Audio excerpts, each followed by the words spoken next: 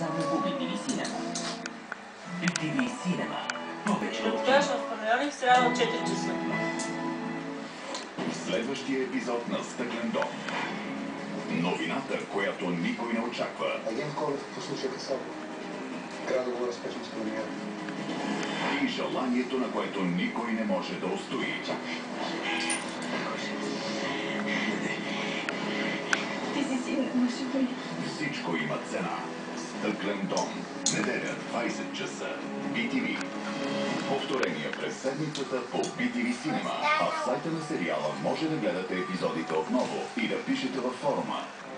BTV новините в 22 часа очакват. Хората ще са доволни от антикризисните мерки. Прогноза на премиера Бойко Борисов.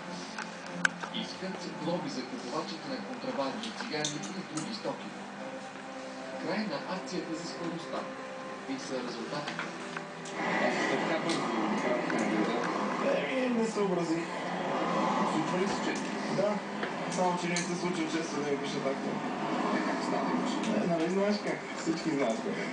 Като няма камера става.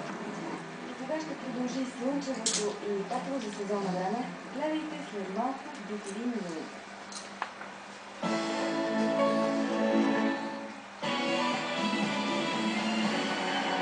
България! Здравейте отново!